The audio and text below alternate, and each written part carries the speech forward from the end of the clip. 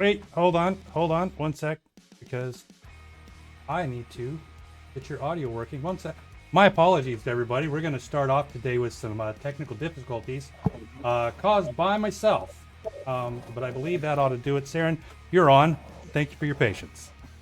Thank you. Anyway, good evening, citizens. I'm Devoid, and that's my dad, RevAthiest.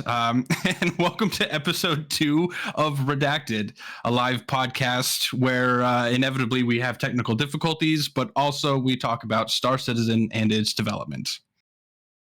Yeah, and today we're going to be talking about ships with the end of IAE. Lots of ship stuff going on. And with us today we have Feydryn with Empyrean Shores, right? That is correct. There you go. Got it right. Oh, we're gonna need to do something there. Anyway, he's gonna adjust some audio. I will start talking. So, yeah, IAE, Intergalactic Aerospace Expo. It is CIG's biggest ship event, sale, scam of the year, whatever you want to call it. It's the biggest thing of the year. It's where they make the most money. It's where they sell the most ships. And usually they have some of the coolest straight to flyable or concept ship announcements. And yeah, we're going to jump right in with talking about probably the coolest ship that I have seen as far as alien lineups go. It is certainly the one of the coolest starter ships that pretty much exists. The Gattac Sulin. This thing's pretty sweet, man. First of the Gattac ships we've seen. I mean, what are you guys' opinions on it? Yeah, well, I mean, I'm not a big fan of alien ships, but as alien ships go, this is a pretty cool one. Definitely unique in that it's radially symmetrical as opposed to, like laterally, longitudinally. Right. Yeah, so it's got that radial thing going on. Well, it's a good it's a good starter ship. I mean, I think the graphic artist behind the whole look of the ship, like every little detail on it, it's definitely a very nice showpiece. It's a work of art all on its own, and just all the little detailing, like from just the exterior paint jobs that are available for it, the details on that, the crazy looking gun rack. It's probably the best gun rack out of all the ships, because it trivially uses the GravTech to just the nth degree in every corner of the ship, but the floating gun rack does it for me right there. Yeah.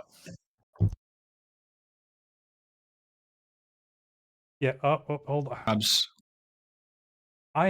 You should know that there's an issue right now with your audio and Faye's audio. So I had to mute you for just a second. I'm working through it. I'm gonna get it fixed in a second. Okay. All you. Okay. All me. Great. I was just kind of piggybacking on what you said. Two things. You mentioned the exterior. I really enjoy the sort of natural feel of the Xi'an ships, right? There's a little bit of background to Xi'an architecture in terms of more than just ships. They're very fond of like natural feeling things. So the exterior with the sort of marbling effect, I think if you go into like the hab room or something, there's like some natural rock around like the ceiling or the wall or something. Yeah, around the bed. Like that's what it is. Nice yeah, rock texture around the bed. Yeah, that rock is kind of cool. But the trivial use of the grav tech is, I think, like the big focus for Gattac as a manufacturer, but especially now with the Sulin, the doors all gravlev, the stairs that come out all gravlev, the gun rack, like you said, coolest gun rack I've ever seen. The elevator, the seat, it's all gravlev, and it's a little piece of like lore about that is for the Xi'an specifically, using this gravlev stuff is just easier and cheaper than it would be to make like hydraulic or electronic actuation with this stuff. It's just cool to see. Wasn't there though like another manufacturer that was supposed to do this? I want to say Misk, right? They were supposed to kind of implement this, but they didn't. Am I wrong? Am I remembering wrong? That I don't stray too deep into like the history and lore, so I'm a little rusty on that. If it's not in my hands, then I don't really pay attention to it as much. Let's see, but I know. Well, Consolidated Outline uses some of their grav tech, like the Nomad.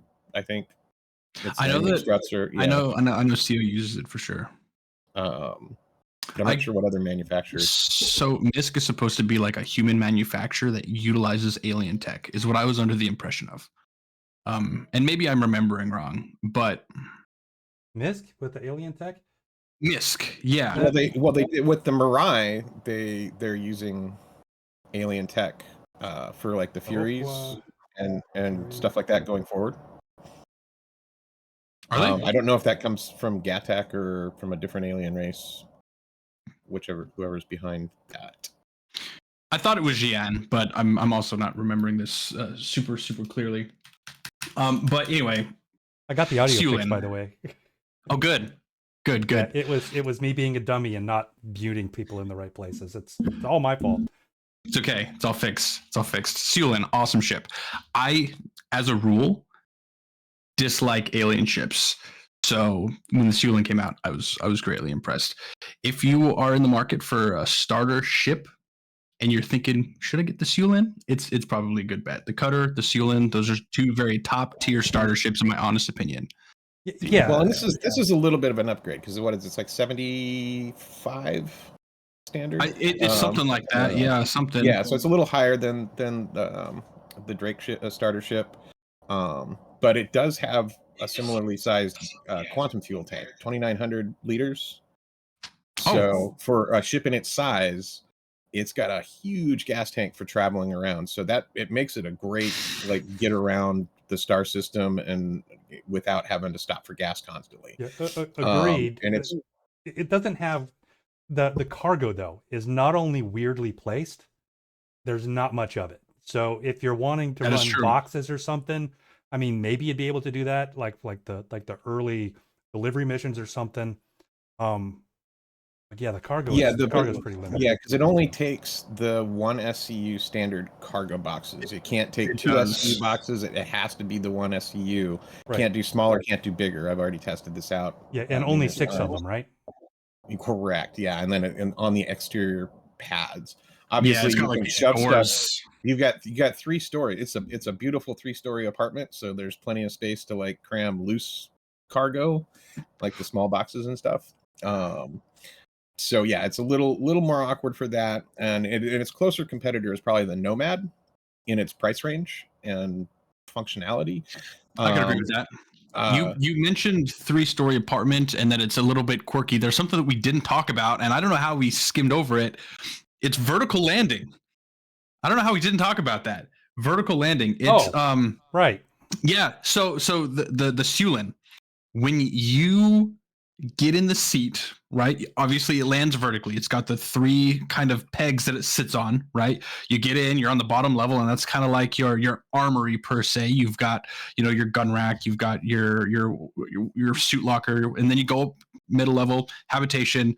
You go up to the top level, that's the cockpit, right? And you get in the seat, and it's sitting upright, but then you like spin around and you face the sky. It's super weird because what happens is you take off and you turn the 90 degrees. So when you're flying, you're facing forward and the ship is just like canted 90 degrees.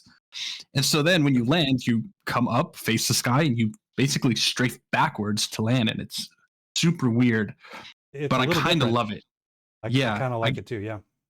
I kind of like it. It certainly doesn't make sense for like a human manufactured ship. I mean, like it kind of could, right? But it definitely helps to perpetuate that sort of alien feel. That this like is just the ships that we have, like actually now. Yeah. Yeah, so that's definitely one of the most unique features of it is that vertical landing, and that the rest of the decks are all nice and it looks like it's a 3-story apartment, but then when you fly it, it's the other way around and it's kind of weird. Yeah, one of the things if you like that kind of strange stuff, it's perfect. I don't know. The best thing about that, in my opinion, is that for like the land hangar bays that have the opening at the top, or for any of the moon-based pads, you hop in that sucker, you get in your seat, and you just punch it, and you're gone, straight up and out. Beautiful thing. I love that.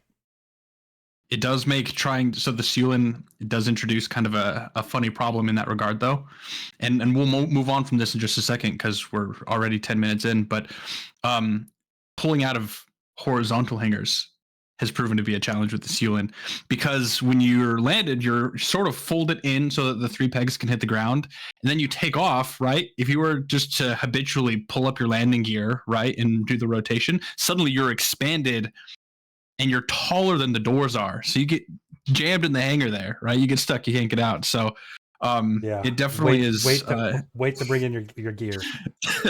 Yeah, it's Seulin just presents a whole new set of challenges that so far we hadn't considered in Star Citizen, and it's pretty cool to see. But it's fun to fly. It's got decent firepower. It maneuvers really well. For me personally, I'll probably hang on to one, and it'll stay in my hangar as kind of like an art piece. I'll just sit it over in the corner next to my reclaimer, just to be like pretty up the room. That's fair. Right? Yeah, I've got enough hangar candy. I don't need an alien ship to do that for me. Oh man. Anyway, we're talking IAE, we're talking ships. Let's move on so we don't take up the entire hour talking about the Seulin, which we probably could. But more ships have come out recently. The Storm. I'm going to pull up the Storm real quick. So the Storm came out towards the beginning of IAE. It was their straight to flyable ground, or not straight to flyable. They announced it a while ago, but it was their newly flyable ground vehicle. Came in 2 variants. Had the base model, which has a size 3 gun on it, and then the anti-air, which has a whole slew of missiles on it. I think it's got 64 missiles, most of them being size 1, but I think like 8 or 16. I think it's 16 are size 2. It's just a single seater. I think it's meant to be like a sort of recon thing. I don't actually have any firsthand experience with this. I haven't driven it. I haven't experienced it. But Feydryn, I know that you like to get your hands dirty with pretty much everything. So. Oh yeah, no, I've got a bunch of the Storms and the Storm AAs because they're a lot of fun. I wish they fit in more ships. Yeah. There's a big complaint that it barely. Like it almost fits the Valkyrie, which is a perfect ship for that kind, like a small tank, I agree. tank. I agree. It's just like 2 inches too wide to fit in the Valkyrie, and that's very disappointing. Yeah. But you can fit 3 of them in a C2 comfortably and safely, so that I guess is okay. Yeah, they're faster than the Nova. They're a lot of fun to drive. I think the suspension needs a little bit of work, but overall, I think that's true for all ground vehicles, though. Yeah, it's very true. Ground vehicles need some extra love. The Storm AA is great, but its detect radius is way too big for a vehicle of its size. It's almost 2 kilometers, man. Yeah, and that's too much for a ground vehicle. I mean, you can spot it from 2 kilometers out. Yeah. Like it pops up on radar from 2 kilometers. I think it's 1.8 or something. But it's the ballista. I think ballista is about 13 to 1500 meters, and this one's much higher than that, which doesn't make a lot of sense. But with the amount of missiles that it can shoot at a time, because it's like 7-8 missiles you can queue up. Yeah, I could certainly see it spiking to that if you were to start like blasting off missiles, but just like a constant sitting 2 kilometers, that seems like a lot. Yeah, and I think until missiles actually get a better rework, because like right now missiles are like in a weird place. They're a lot harder to dodge now, but it's still, most pilots can just dodge these missiles. Like I casually tried to shoot down Drago in a Fury and never hit him. So like missiles need a rework. Hugely. Yeah. So that's a different topic of conversation, but so missiles definitely need to rework. Yeah, one of the few things that I noticed about the Storm is because I only hopped in the cockpit at IAE. Like I just went in, I didn't get one or anything. But given the size of the vehicle, it's like hopping in a fighter. There's no room inside. It's just you're in the cockpit and that's it. Mm-hmm. And I thought that was interesting, given how relatively large the vehicle is. Yeah, it's small for a tank, but it's other vehicles of its size and even slightly smaller. There's lots of inside room. This has none of that. Right. And for being just a single seater with a single gun, I can see like, yeah, it is a little bit big, you know. Maybe they're trying to justify it because it's got like, I actually don't know the specs. You know, what kind of shield generator does it have, right? What kind of power plant does it have? Obviously, it doesn't have a quantum drive, right? So it doesn't need to shove that in there. But if it's got like fairly large shields for a ground vehicle, I could see that being kind of a justification for the space. But I mean, in my own impressions, frankly, I'm actually unimpressed with the Storm. Based on testimonial, like I said, I haven't experienced it, but given its size, the fact that it's only a single seater, it's got one size 3 gun, like that's fairly useful against, you know, maybe another like a Cyclone or something, right? Yeah, like it like I said, it's a little too big for it being for what it is. Yeah. Yeah, They need to scale it down a little bit and let it fit into more things and fit more into that recon forward operator mode. And yeah, and we'll probably see once they do more rebalancing on the ground vehicles. I know they just recently talked about, that they're still not done bringing that balance down. I think the center of gravity's off on them or something like that. That makes it a little less maneuverable or less traction and more prone to rolling. So once they get that fixed, maybe we'll see it a more use cases for this. But again, with the size that it is, even for being a single seater and no interior space and all that, just these big, huge tank treads on the side, they need to slim that down, make it fit in more things, let us drop up for more vehicles. So yeah, either slim it down or give us such a variety in ground environments where those gigantic tank treads make sense, right? If we were to go through like slippery snow where like a smaller vehicle, like a smaller wheeled vehicle wouldn't make it, right? These tank treads kind of make sense. If we were to try and go through like muddy marshland where a wheeled vehicle would get stuck, these tank treads might make sense, right? But as it stands, you know, we've got just regular terrestrial planets with no significant variation in environment that shit tons of rocks in the fucking way. Yeah, right. The big rocks, but I don't know. Doesn't make sense to me. And they've improved some of the stuff is basically no collision, but it's random as to what does collide and doesn't collide. So then you get oh, that might be one of those rocks that I can drive through. No, nope, that wasn't it. And then you end up upside down and needing to call an SRV. I do have a question. So with regard to the missiles, right? I know we need the rebalance and etc. Assuming that you're shooting at something that's not like a fighter, we're talking, the Valkyries. We're talking, the slower, more cumbersome ships, maybe Hercules, that type of thing. How effective are the missiles at hindering those guys? I don't think that they're designed to go after ships like that. Period. Right? We're talking size 1 and size 2 missiles here. Right? This is definitely an anti-fighter screen sort of vehicle. You know, it's definitely useless against a Fury. Firing a full volley at point blank range. That's missile rework problems. That's purpose aside, right? Yeah, I was just curious.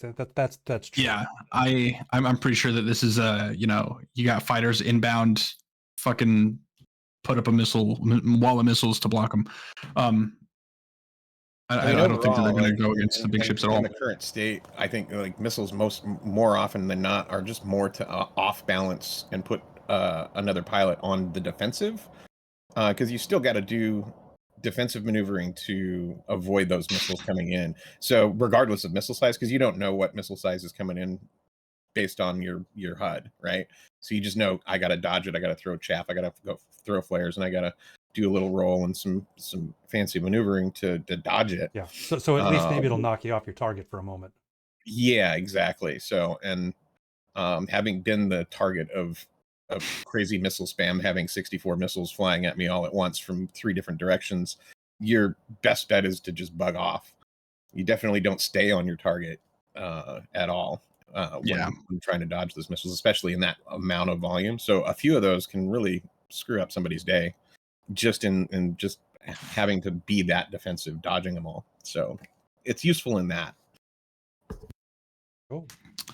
So you mentioned like 30 seconds ago the SRV. I was going to segue, but then we kept going. SRV is another new ship that we just got. It wasn't necessarily tied to the IAE release, but it came out at pretty much the same time. This is the universe's new tow truck, right? And this has got some pretty heavy implications for more than just IAE and cool ship, right? But the SRV towing things, they actually mentioned something in the SCL, not the SCL, the ISC, the Inside Star Citizen, where they sort of introduced the SRV. Obviously, it was a slip up because we've since proven that it doesn't work. But they said, you can that soft death ships you can repair now.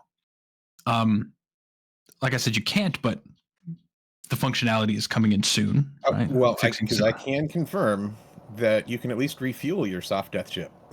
Because I've tested this out. We soft death the ship and towed it to a pad, and it recognized that there was a ship called repair, rearm, refuel. It only refueled the tanks and didn't repair. So like they're close. It's really close. So they were not. I think one set of devs was ahead of the curve, and they had to correct it to Star Citizen Live and say, well, not quite there yet. But we'll probably see that functionality come into the PTU really soon. Yeah. And that's exciting. Super exciting. It's got really big implications for the future of ship gameplay, right? Because soft death, as they've said, is a temporary solution, right? The idea in the future of Star Citizen is that outright destruction of your ship is probably going to be pretty rare unless somebody's really got it out against you, right? Even then, they'd have to target specific subsystems to get the boom to happen, right? But what's going to happen is, subsystems fail. You've got shields that go down. You have weapon systems that fail. Power generators get cut out, right? You lose your engines. Right, exactly. And then so the SRV represents the start of what we're going to see for this sort of fix instead of claim gameplay, right? I hope that sooner rather than later we start seeing some insurance changes that will extend claim times or increase expedition costs in order to sort of entice that, right? Yeah, and hopefully they start putting effort into bringing in ships like the Vulcan, and yes. There's that's the the Crucible. repair ship, right? Yeah. The Crucible. That's the one I'm thinking of. Yeah. The Vulcan's the little one with the drones. I think the Crucible is the one that's got like the big arms and the bay, the work bay, the rotating cab. Yeah, that'll go a long way to that whole repair your ship system. Yeah. But I gotta say, like I was a little hesitant on. I was like, okay, just a tow truck. I was like, it's a cool. And then I got my hands on the SRV for the first time. It's a very well-appointed ship. It's great for a single pilot. It's got nice living quarters, and it's very compact. And towing stuff is fun as hell. Right? I didn't realize how fun it would be. And then, I found the salvage missions that you can. That there's the option to either like cover up a crime or tow the evidence out of the area. And that is fun. I like to do what I call spicy towing, which is let the crime stat build up, and then you have the space cops after you and player bounty hunters after you. I flew that thing for 9 hours straight. Whoa, shit! Doing illegal towing or spicy towing, and the amount of bounty hunters I dodged in that thing was hilarious. That's they were fantastic. So mad. They're like, "Come fight me! I'll even switch to a Nomad." And I'm like, "You can't even catch a tow truck towing a hammerhead, right?" What do you think is going to happen if I switch ships? Amazing. But Amazing. I made like 5 million that night. And damn, nice. Yeah. The thing I love about the SRV, and it's only one thing, and we can move on from this ship shortly. The SRV has like a diner booth in it, right? And the only reason that I love this is I'm into old cars. I like shit boxes. I'm no stranger to a tow truck. Okay. And feeling the disappointment, just that defeat, just feeling the defeat of having your car on a tow truck, the idea of the same thing happening with your ship, and then you going to the SRV as old dude hooks it up to the tow truck, and you just sit in that booth reflecting with yourself drinking a beer, it just really hits home with me. So I love that diner booth. I love that it seats two. And it's got a window overlooking your It does. core ship. You can So watch. Yeah, you can watch. I love it. It's a nice touch. Like at first when I saw it, I was like, why is there 2 seats? I'm like, there's one bed, there's 2 seats at a dining table, and I was like, oh, Yeah, so for the people that you're towing. Yeah, exactly. It's a really neat invite touch. them aboard. That's if you trust them, right? Like That's definitely, true. If I'm you gonna trust be like, them. you can stay in your ship. There's no Well, regulations against you riding in a towed ship. Stay in there. Yeah, well, when they have the ability to vent spaces and you can lock your cockpit, cool. Stick them back there. Oh, you're an asshole. No problem. Out into space. Oh, and there's also the secure storage, the cargo elevator that comes down. Yeah, that's that a cute is separate storage from the ship. Yeah. That's also, you could just throw people in that and be like, you ride in the luggage compartment, buddy. Yeah. You're a little sketchy, so you can ride in there or stay in your ship while I tow it. Yeah. You don't get the diner experience. Yeah, honestly, the coolest bit I thought was just the realization that you can tow in quantum. I love because that's the one thing that I wanted to try is just get a ship, get it up in space, and then just quantum. It's like, yep, there it is. Yeah, Right it's supposed to work. Like lock. Oh, it does. It's just cool. Like sometimes it's broken, but yeah, that's the entire idea is that you can tow in quantum, tow through systems, etc. Oh, it's also very satisfying to Ooga Boonga fling a hammerhead into a bounty hunter while they're after you. That's low key. That's low key excitement there.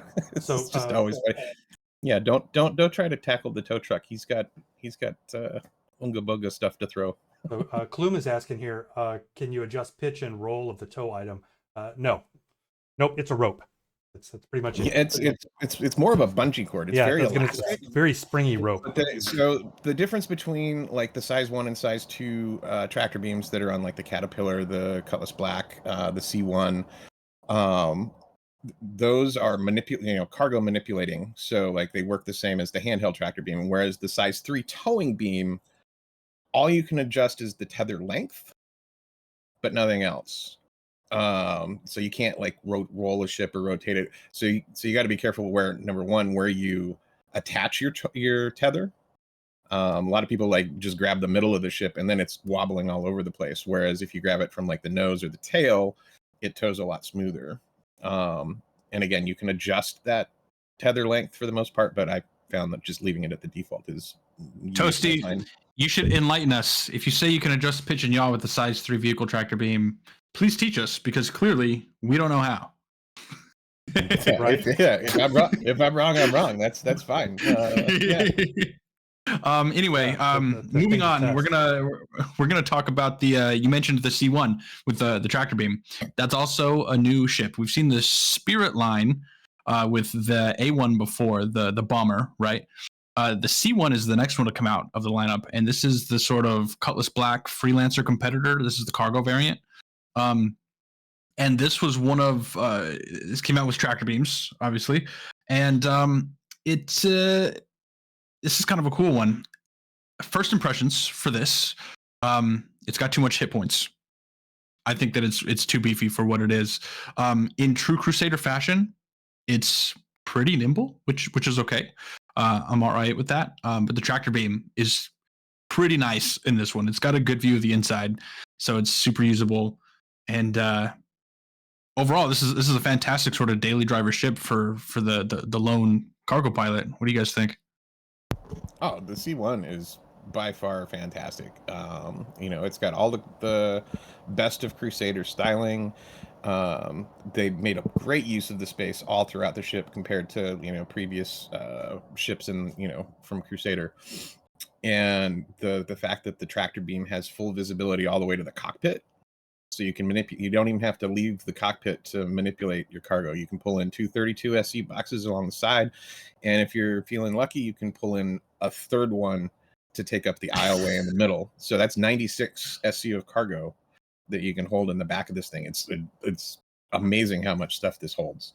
It's also nice that you can again use the tractor beam to pull it out before you have to leave again, so you can actually clear that walkway again. Yeah, exactly. So Yeah, I mean, I agree with you though. The hit points definitely seem a little bit high for a ship of its class, but that's just a balancing thing at that point. And CIG, we'll get to it. They'll got a turn the lot of dial down to -5, and it's going to become a piece of paper it's next gonna be a batch. paper airplane. Yeah. And then, Yeah, Uh, for me, the C2, this is C1, excuse me. I almost feel compelled to compare it to the Star Runner in the size and in the cargo capacity. Obviously, the Star Runner's got tons more stuff going on. It's more livable, etc. So it's in my mind kind of a downgrade from the Star Runner. I think that's exactly what it is. It's a downgrade from the Star Runner. It's the same manufacturer too. That's like their lineup. It's like Spirit, Mercury, Hercules is how it is now, right? So I mean that's a perfectly logical sort of comparison. I think you're not too outlandish for that. Yeah, and it's because I like the MSR, and it definitely has a lot of use cases. And the MSR overall has more firepower because it's got the 2 turret gunners, whereas the C1 trades a turret for the tractor beam. So you kind of got to get creative with defending that ship. You can maybe pick up stuff and throw it at your attackers.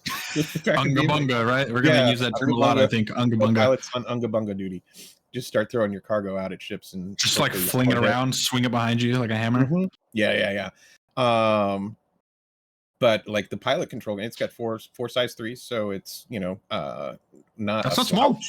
Yeah. So and it's low key fun to run lower level bounties on, and that outguns a Cutlass, I think, doesn't it? Because the Cutlass is 2 size 2s and 2 size 3s, if I'm recalling correctly. No, the Cutlass series has 4 size 3 hard points that are gimbaled down to size 2s by default. Gotcha. So if you trade the gimbals out for 4 size 3s, then you're on par. So it's on par. Yeah. So then you have the turret up top that is also another 2 size 3s. Then you got the co-pilot that has control of missiles and a tractor beam, so they can unga bunga too. So nice. The Cutlass is still like a little bit more of a better multi-role type of a ship, whereas the C1 is more for light bounties and cargo. It's great for slipping in and out of like Brios if you just have a it's like a Ford F-150. Yeah, there you go. That's if you want to equate it to modern day trucks, then it's pretty much that. Yeah, Rev drives a Ford F-150, so he's not sure how to feel about that. I drive a Ranger. Smaller. Moving on. The ship we were just talking about, whatever it is, the C1 is cool. Let's talk about some ships that have been announced but are not out yet. The big one, the Arastra, the RSI Arastra.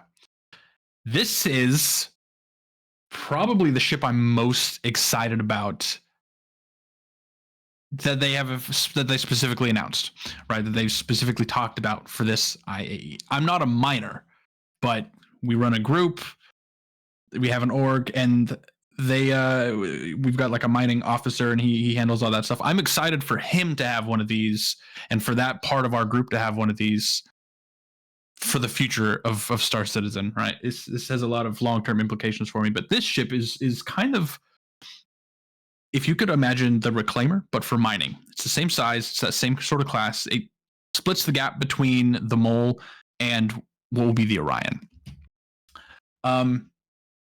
This thing seems super cool. I think it's got it's set up for a 5-person crew. It's got some pretty hefty mining lasers. I think these jump up to a size 3 mining laser. Whereas the Mole, I think, comes with 3 size 2s. I'm not a miner. Maybe I'm wrong. Sounds accurate. Yeah, I'm sure I'll get corrected, but it's a ship I'm really mad that was announced, because it would have saved me a lot of money over the years if I knew this was going to be coming out. Well, you know what? So we'll talk about that in just a second. But it's got the 3 nice big lasers. It's got a pretty decent setup for as far as weaponry goes, so it's fairly defensible. This one doesn't have the onboard refinery, I think, does it, or does it? Yes, it does. It absolutely does. Tackles. So the unique feature of this ship is it's going to be the first in its type that tackles every mining loop. right? So you can That's go. right. Yes. Yes. So not only can you chew on asteroids in space and refine them, this also can go planet side and do asteroids there, whereas as the Orion won't be able to, and it Right. can process its own ore. And it has a vehicle bay to store. I think the concept showed 2 rocks parked in the bay. So while you're It mining, did show too, yeah. You can have other crew out in rocks, and then they can come back, With the the minerals mothership. and shit. Yeah, I forgot that was like the idea for this is Mhm. basically start to finish. Yeah, so onboard refinery, that's huge. I want to say, now that we're talking about it, I want to say that it's got like 64 SCU in its bags, but then it's got like a few hundred SCU in like a dedicated cargo grid. 500 SCU of external cargo storage. Yeah. Huge, 500. huge. So that's so you huge. suck up your goods, you Yep. refine them, and then you can take them off and chuck them on the external grid. This is going to be one of those like long haul, not quite like Orion status, but this is definitely going to be a very livable ship. You get like a mining crew who stays together for, I imagine like you get your mining crew that stays together for years and they go off into deep space and they refine for, months at a time, and then they come back with a full load. That's what I kind of imagine with this ship. So being partial to that kind of that ideology for this game, that's why I'm really, really excited to see this ship. I like to call those pirate targets. Yeah.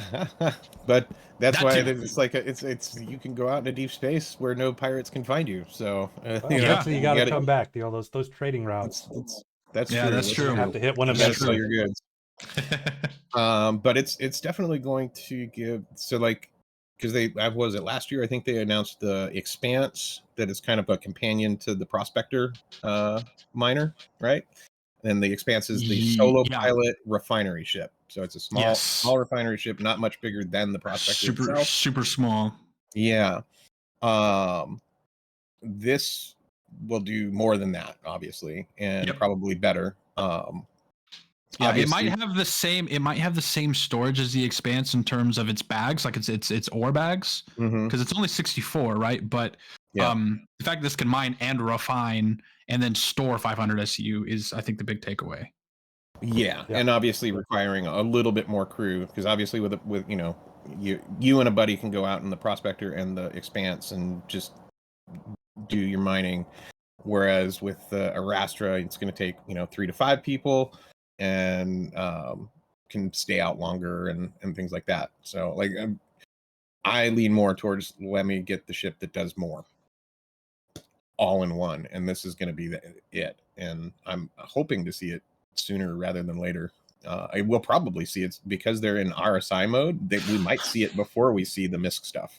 They are in super RSI mode, which is a perfect segue into the next thing that we're going to talk about, which is their capital ship. I'm going to call it a sprint, right? It's just their RSI sprint, right? So a quick recap is they've got a little bit.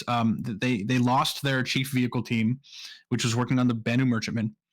So there was kind of a huge delay in capital ship development, but they've just brought on a new team. They built a new team, and they are starting work on capital ships again. Well, they decided to start with RSI, and they're building it in sort of a way where they can take the chunks like hallways and doors and et cetera, and they can take those assets and put them on different ships as a way to sort of streamline the process of making ships. So they're doing RSI over the course of the next 12, 18, 24 months. So the first ship to come out of that lineup is going to be the RSI Polaris. This is a ship that everybody is excited about. This is going to be pretty much the first combat spec capital ship, right? I air quote capital because as far as capital ships go, it's on the smaller side, but it is a capital class ship, and the ship is honestly pretty cool. This is the Flying Dorito. As far as I know, aside from the Orion, this is the largest RSI ship, right?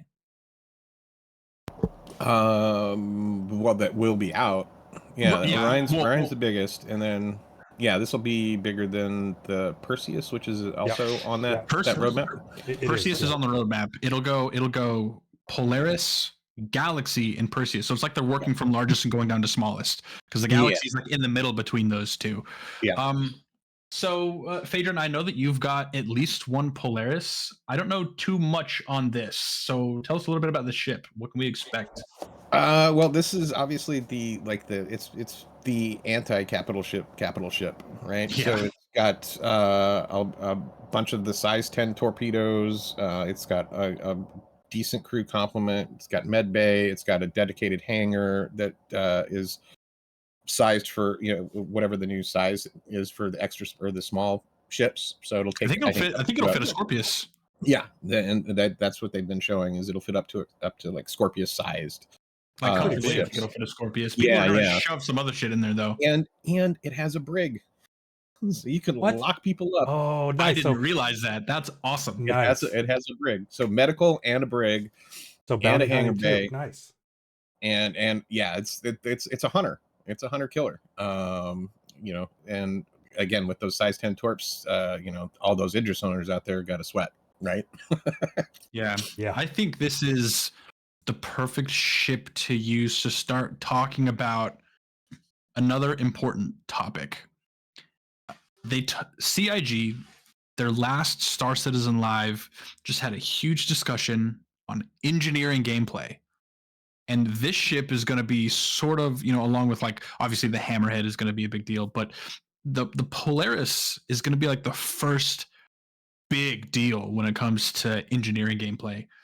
And in fact, I was talking with Feydryn specifically earlier about this.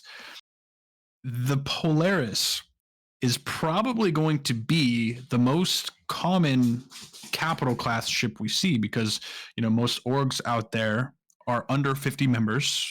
And what percentage of those are active? Not 100%, right? So, for an org to pull out a capital ship and man it effectively, it's probably going to be the Polaris. And so the engineering gameplay, the multi-crew gameplay that we're going to see, it's all kind of going to start with this ship, which is pretty exciting to see. Man, I'm super excited for it. The relays, the fuses, the power management. Yeah, just running up and down the halls with a fire extinguisher and a wrench, just going, what do I need to plug next? Let's go. Yeah, exactly. Spray this down, whack this with a hammer. Yeah, and because we don't have a lot of that in game right now, and I know a few people in my org are definitely more of a, I don't want to fly my own ship. I like the different things to do, different jobs on the ship to do, support roles. and yeah, so this will be like, yeah, engineering gameplay is going to be a huge shift in how we play this game overall. Oh, absolutely. And this is a good time to talk about. In fact, this is the time to talk about, the structure of your organization's fleet, right? Especially with IAE here, right? Maybe the time to talk about it was 2 weeks ago. Shit, but people ask, "Oh, IAE's here. What ships should I buy?" Well, coming up on now more than ever, the answer really is going to be don't buy anything, right? Keep your Aurora, because we have, several orgs have capital ships on capital ships because people are like, oh, the Idris would be so cool. Oh, the Kraken will be so cool. Oh, the Javelin will be so cool. But these are like, 20, 30, 40 people orgs with 5 to 10 active players, that every single one of them has saved up their pennies and bought an Idris. Yeah, and you really got to think, how am I going to crew this? Now, I mean, Exactly. CIG has talked about NPC crew, but those will never be as efficient or be able to do everything that a player crew can do. Obviously, you can sub out certain like non-critical roles if the NPCs are behaving and they get that AI behavior working correctly, which is improving patch cycle after patch cycle. But there's no replacing. Yeah, there's no replacing. NPC crews are going to be expensive, right? Yeah. You might say, oh, it's 150 credits an hour per person, right? You get a Javelin, suddenly you have 30 people that you got to hire. Cutting out. Right? Now you're like, yeah. But I mean, you saying something? You got to pay your player crews too. So you got to find game loops that. Sure. Hopefully there'll be game loops that support these ships when they come in. That's the hope, anyways, that there'll be something for the players to shoot at and make money, because that's all the game really is. I think that's the big thing, is how much money can you make, right? Yeah, that's the overriding progression in the game is, what ships you can buy in game and how much do you have in your wallet, and how much resources do you have at your disposal, and then how many friends do I have to bring to the table as well. How many friends important. do I have is the big thing. Yes, right. this is you can solo in this game, but it's inefficient, and you're not going to be able to tackle everything by yourself. It's Yeah. better with friends, and these Let's bigger ships will give us more opportunities to cultivate those kinds of roles for people. Again, people that are looking forward to engineering gameplay, and that's all they're going to want to do. They're going to want to fly in my big ship. yeah, So exactly. And let's listen to something that CIG said in their SCL, right? They're never going to stop a solo player from accessing and being able to fly every ship in the game, right? They're not going to stop you. As a solo player, you could climb into the pilot seat of a Javelin all by your lonesome, and you can get from point A to point B. And I will. I know you will, but it'll be difficult and risky, right? If you get a brand new Javelin, you pull it out for the very first time, it'll probably be a fairly smooth journey as long as you don't encounter any resistance. But they also talked about other very important factors, such as how are you going to set up your ship before your flight, right? Item wear and tear, right? Just power management throughout your trip. Are you gonna undertune your items in order to promote longevity in them, or are you gonna say, oh, I'm trying to get from system to system to system as quick as possible to avoid confrontation? Let's juice it up a little bit, right? And then you're gonna risk more problems. I'll just go into deep space, walk around my ship and enjoy the fact I've got it. Yeah, several hours of doing absolutely nothing but looking at my cool Jav. Yes. I mean, so that's okay. Yeah. I mean, I as somebody that can and does on occasion run 4 accounts at the same time, and can basically, running bunkers. I usually have, Feydryn in the cockpit, flying the ship, landing the ship, staying in the cockpit while I'm in the bunker. Then I got Feydryn in a turret, and if I get in a jam, he runs down. And I got other characters that can kind of sub in, but I only have the 2 hands, right? Right. So there's only so much one person could potentially do, even with multiple accounts running around. It's almost impossible to do. It'll be super hard. We've seen as far as the engineering gameplay and some of the other stuff. It's super useful if I get boarded and then they think they got the pilot and that's the only person, and then Feydryn comes out of the turret and retakes the ship. That's fun. Yeah. But yeah, managing the ships, you gotta have an org that supports it. You gotta have a group of friends, people that you trust and know and work with constantly, and can tackle all of these things to get the most out of these big ships. Yeah, there was a video that somebody posted recently, and I'll make sure that I'll have it linked when we put this up on YouTube. But it was a video that basically described how many crew is it actually going to take to man these ships. And I thought it was very well done, right? Because, you go to the RSI page, you look at the Kraken, for instance, and I think it says something like minimum crew 4 or something. It's really low, right? It's very super bare bones. That's less than a skeleton crew, right? It's underestimated. It's super underestimated. Well, this guy went through and he said, okay, well, this is the ship. This is what it comes equipped with. This is what we might be able to expect as far as engineering gameplay, as far as they've described it. Here's how many people I think you should have. And for those larger ships, man, it was upwards of 20 plus people, right? Because you've got pilot, co-pilot, you've got commanding officer. If you get a ship big enough where it's the commanding officer needs to pay attention to more than just flying the ship, right? You got a commanding officer, right? Then you have a chief engineer to kind of oversee all of the ship systems, and then his minionlings, his little engineers, to actually go through into specific subsystems and fix them. And then you've got gunners, right? You've got if it is a larger, like a combat capital ship, such as a Kraken and Idris, you probably have a security officer who's there just in case you guys get boarded, right? As well as probably a small team of Marines. And he went through all of that and, effectively crewing one of these big ships. A lot of people. Long story short, a lot of people. So to circle it all back around with IAE here, what ship do I buy? Should I get this Idris? Probably not. If you want to support the project, you want to spend the money, go for it. Is it going to be a ship that you're going to be able to fly every day? Hell no. No way. Not unless that's all you and your org do, and you consistently have that kind of numbers. Yeah, no, for sure. And yeah, because like the estimates on the site are kind of laughable. Because again, like you said, if you got everybody in the guns, then who's doing engineering? Well, now you got to have at least one to three engineers or more. If if it's a javelin size, you're going to want Probably engineering 5 or teams. 8. Yeah. Yeah, you're going to need teams all across the ship, and and then obviously you could pull engineers to do anti-boarding stuff if you get Yeah. boarded, Yeah. or you And got I to mean, pull like, somebody out of turrets, but then you're pulling away resources from other critical things that yeah, might be needed. So obviously, exactly. yes, like the marine detachment makes sense having a board.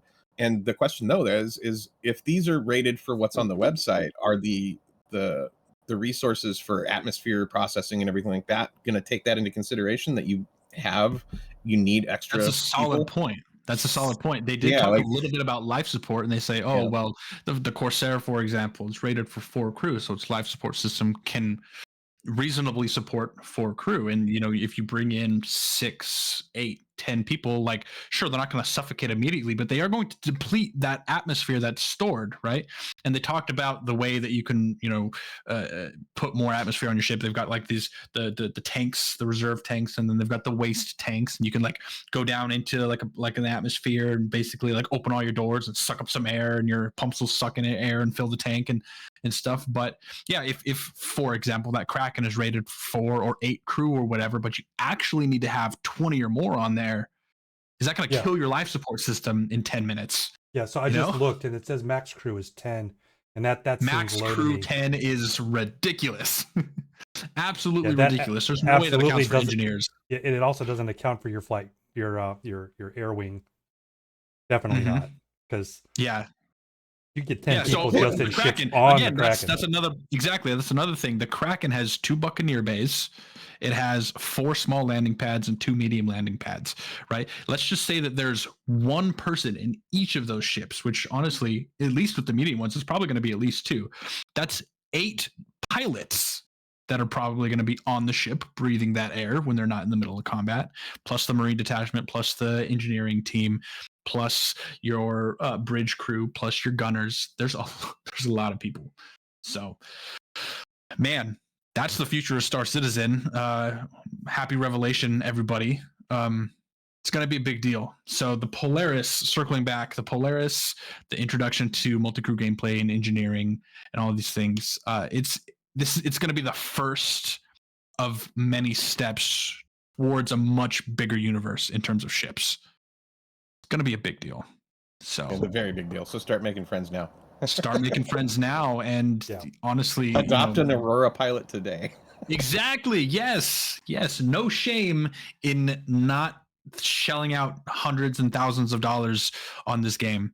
Aurora $45 starter ship. That is all you need, and there will be plenty of use for you without ships. Yeah. You'll be fine. I promise. That's my entire theory with the org. It's like, create an org and just get lots of people joining the org. Haha, instant friends to man my big ships. Yep. Yeah, it's all been a ruse. We're here just to get you on the Idris. That's it. We don't care about you. You are crew. You're numbers. Oh man. So we talked about IAE, some of the new ships, some of the ships coming out. Let's just touch on a couple of the old ships that are really starting to show their age, because there's a couple that I wanted to talk about. And you, Feydryn, did actually bring one up that I wanted to talk about. We talked about the Storm and how it should fit on the Valkyrie. Oh. I agree. Let's talk about the Valkyrie really quick. I love the Valkyrie. It's honestly one of my favorite ships. I solo with that ship all the time. Obviously not in combat, but I like to run boxes with it. I just like to fly around in it. It's a fun, like, it's almost a viscerally military. It's cool definitely one of my favorites as well. It's one of my most favorite ships that I rarely fly. Mostly because there's just not a lot of pilot controlled weaponry, and the turrets are a little bit underpowered for what I think it should be for a dropship of its size and role. And again, it doesn't fit a Storm. Not fit a Storm. Yeah. It needs Valkyrie. It needs some Valkyrie. I'm a whore for Drake. Okay, I always will be. but the Valkyrie is a ship that I also really, really love because I see it. Obviously, it's got the makeup of a cool dropship. It's got those really awesome side doors that open up with the turrets, and it's very like Fortunate Son feeling as you're coming down with the guns out the side, right? And it's got the nice cargo bay, and then I actually really like the multi-level part, right, where you've got the drop seats on the lower level, right, the armory there. Then you go up, and then you've got the cockpit, the gunner seats. Plenty of them Absolutely love bad it. boys. Yeah, Plenty. yeah, a lot. It's a pretty good Jesus. number. So, and just the overall layout of the Valkyrie, the look of the Valkyrie, the feel of the Valkyrie, I really, really love. The VTOL engines, I think, are Oh, yeah, awesome. the I love that VTOL it's got a are the ramp on the best, back. It's just a fantastic looking ship, but it's definitely showing its age, right? We've come to the point where ships, on average, are receiving larger guns, bigger health pools, better shields, and there's not necessarily a problem with that until you start looking at the older ships, such as the Valkyrie, that suffer now because of it. The Valkyrie's got pretty low HP. Its shields kind of suck. It's supposed to be armored. We don't see that right now, mostly because armor doesn't come in, but it's also not getting the temporary health buffs that other ships are getting as a sort of supplement. And yeah, like you said, those side guns, they're size ones, right? Like what are you gonna do with those in today's Star Citizen where ships are designed to pretty much eat those? It's good for like clearing ground stuff, but the Valkyrie is sort of a step above the hoplite and the cutlass, so it should be able to punch a little bit higher too. Yeah, well, also Yeah, that's the consider that it's unfortunate got part. it's got the two-manned turrets. I don't Mhm. know what size they are, but you I man think up there's those like two-man two. turrets. And then it's also got, if I'm not mistaken, if I remember correctly, two remote turrets on either one on either side. Yeah.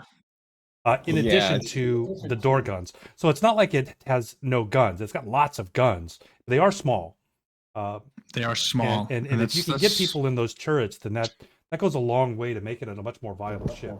Yeah, so just pulling it up on Urkel. So the pilot has the nose turret, which are two Badgers, which are size 2s. So That's really tiny. weak.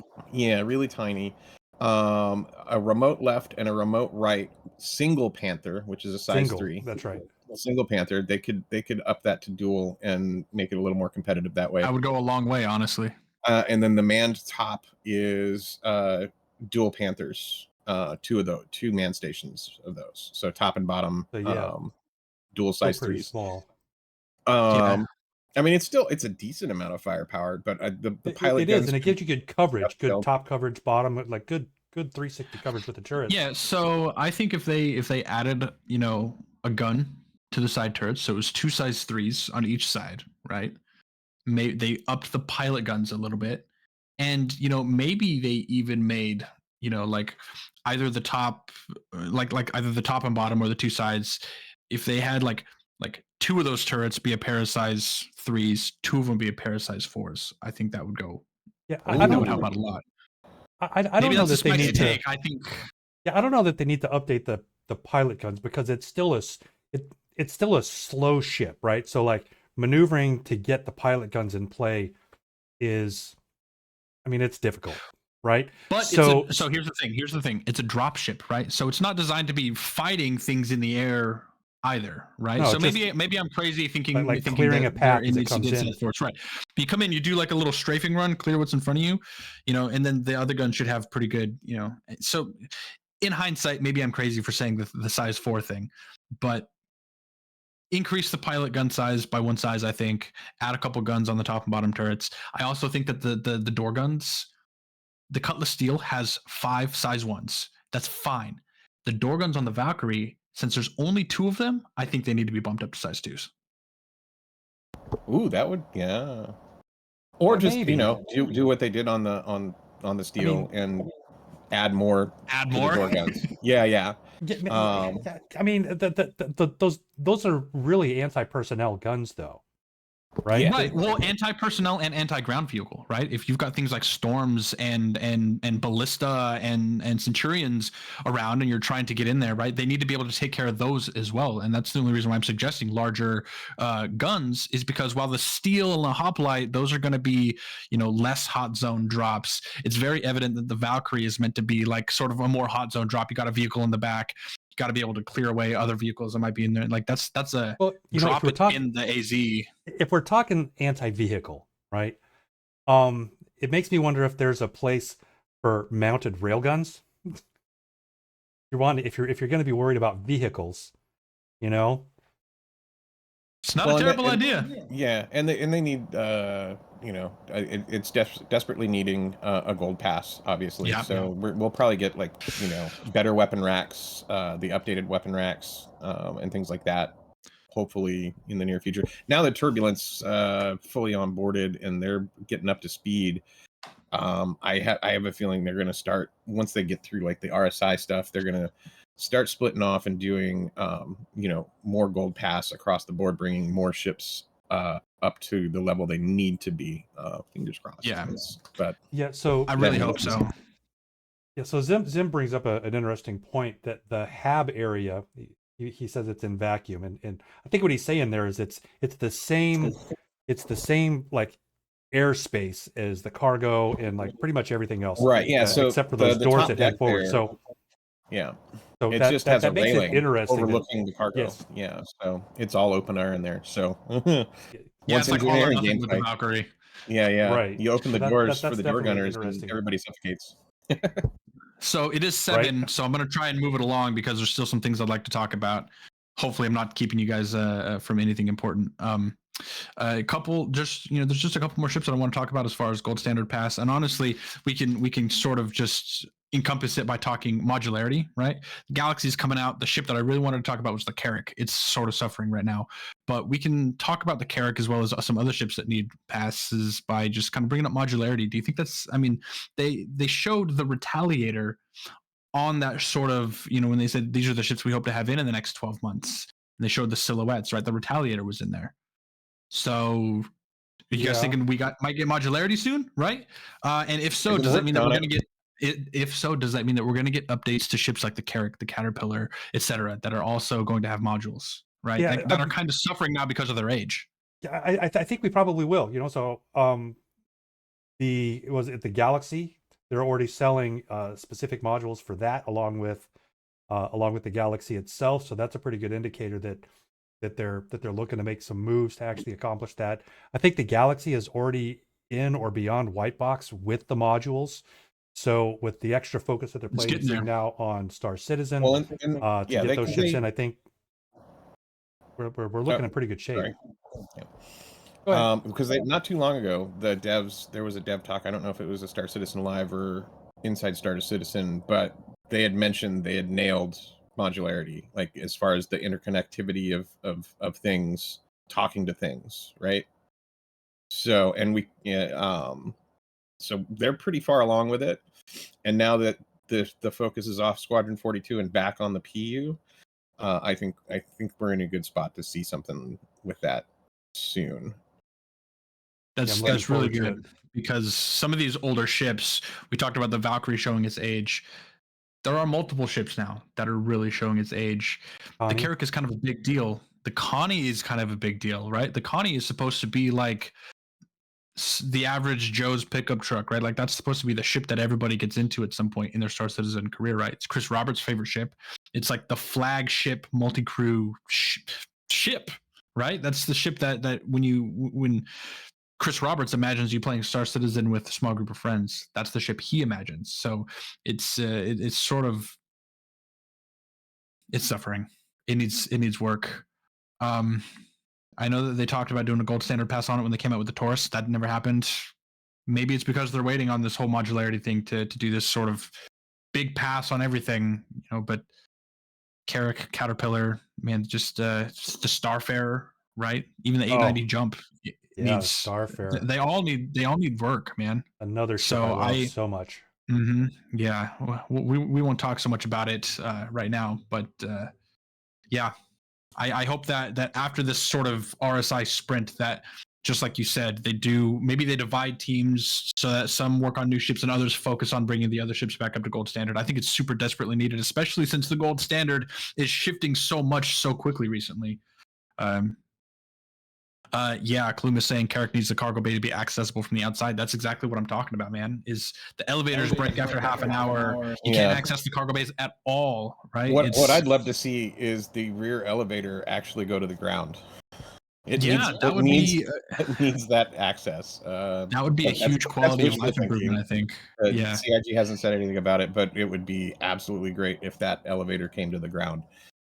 giving another point of entry. It makes sense because that's where all the suit lockers are, and Yeah, the absolutely. gun racks are all in the back Right. by that elevator. Why can't I suit up and take the elevator down to the ground? No, I got to Yeah. run off. I got to go out to the garage, right? I did that. Yeah, in the as somebody who hates elevators on ships, I would be so on board with that.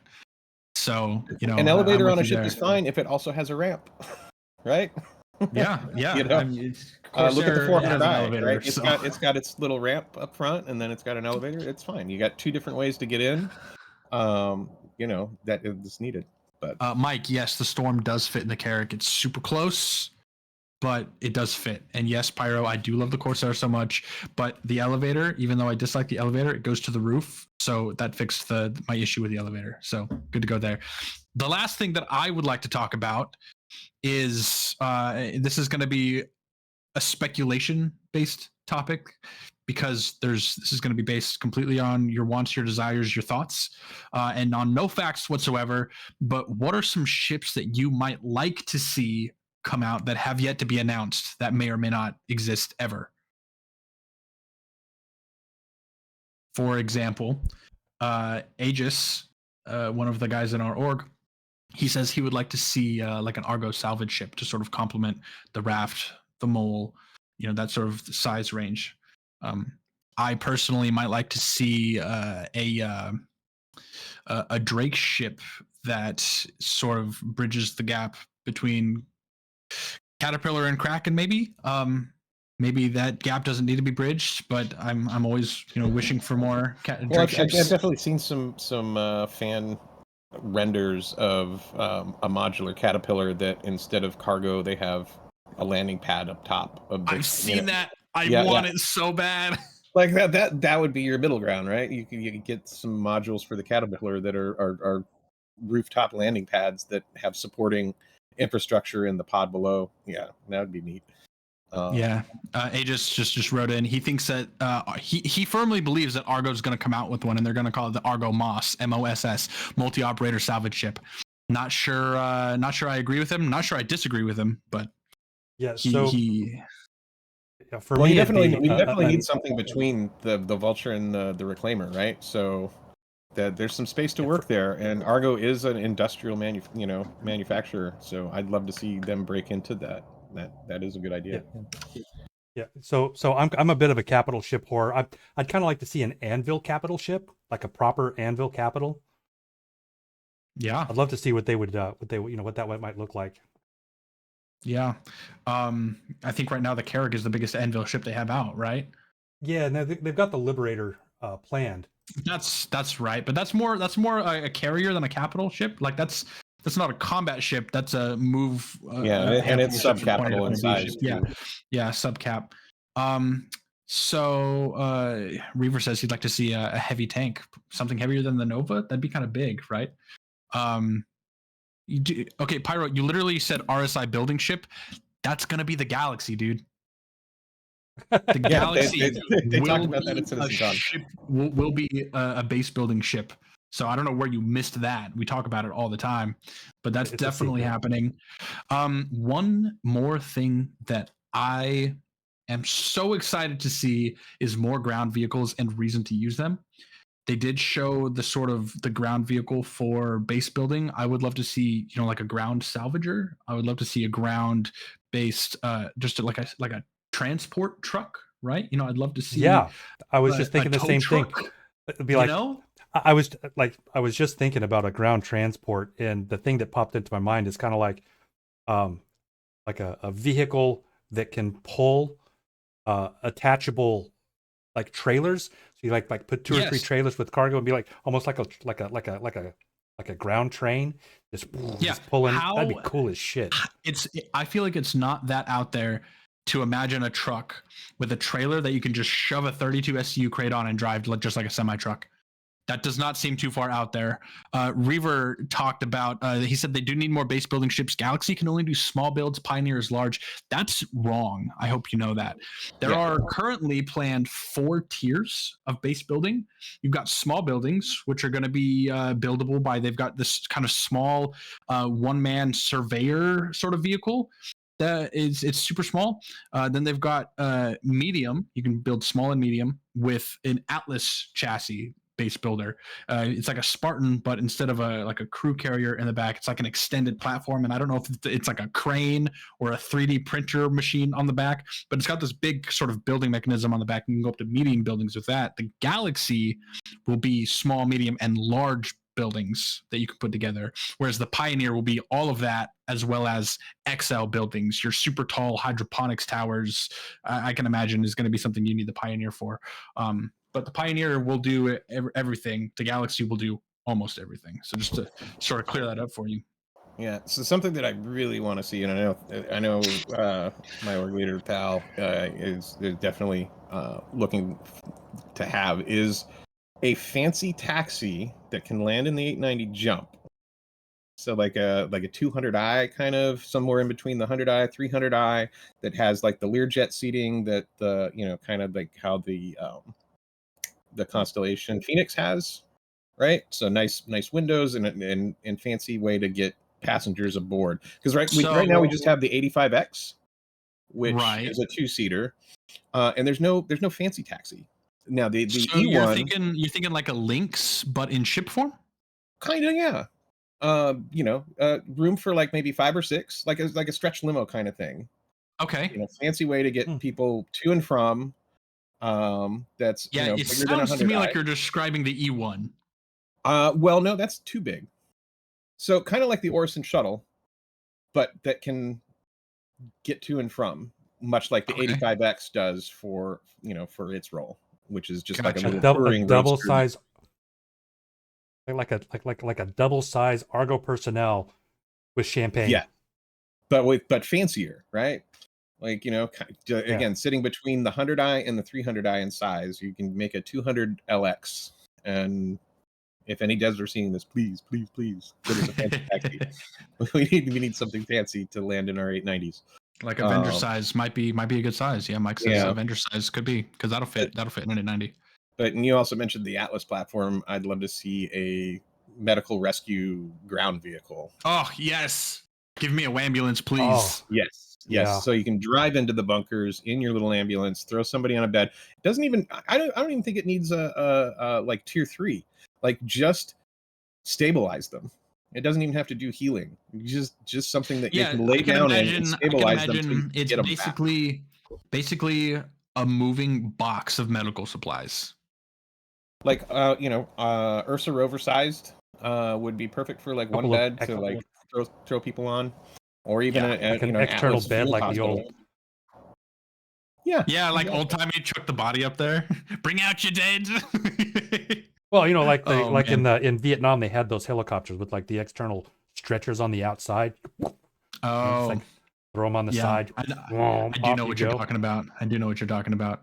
Yeah, we're gonna have to talk sometime about bases and roads and ground gameplays, but that's just about all the time that we have for today. We've already gone about 15 minutes late. But yeah, we just wanted to talk ships today. Hypothetical, not so hypothetical. We're not gonna have in episode 3 next week because Rev is gonna be in New Orleans. So we're gonna take a break next week. So I'll probably just be playing next week instead of streaming. But the following week we will have another stream. What the topic is, we'll decide between now and then. Otherwise, I think we're gonna go ahead and wrap it up today. Is there anything else either you two want to say before we go? Well, I appreciate everybody live streams from Bourbon Street while he's partying. That'd be great. Right. Yeah. Well, I appreciate everybody coming out and watching the stream. Hopefully, keep watching. One of these days, we'll have one that doesn't have near as many technical issues. Also known as me just screwing things up. Stay tuned. We'll see you on the next one. Bye, guys. Thanks for being here. See you in the verse.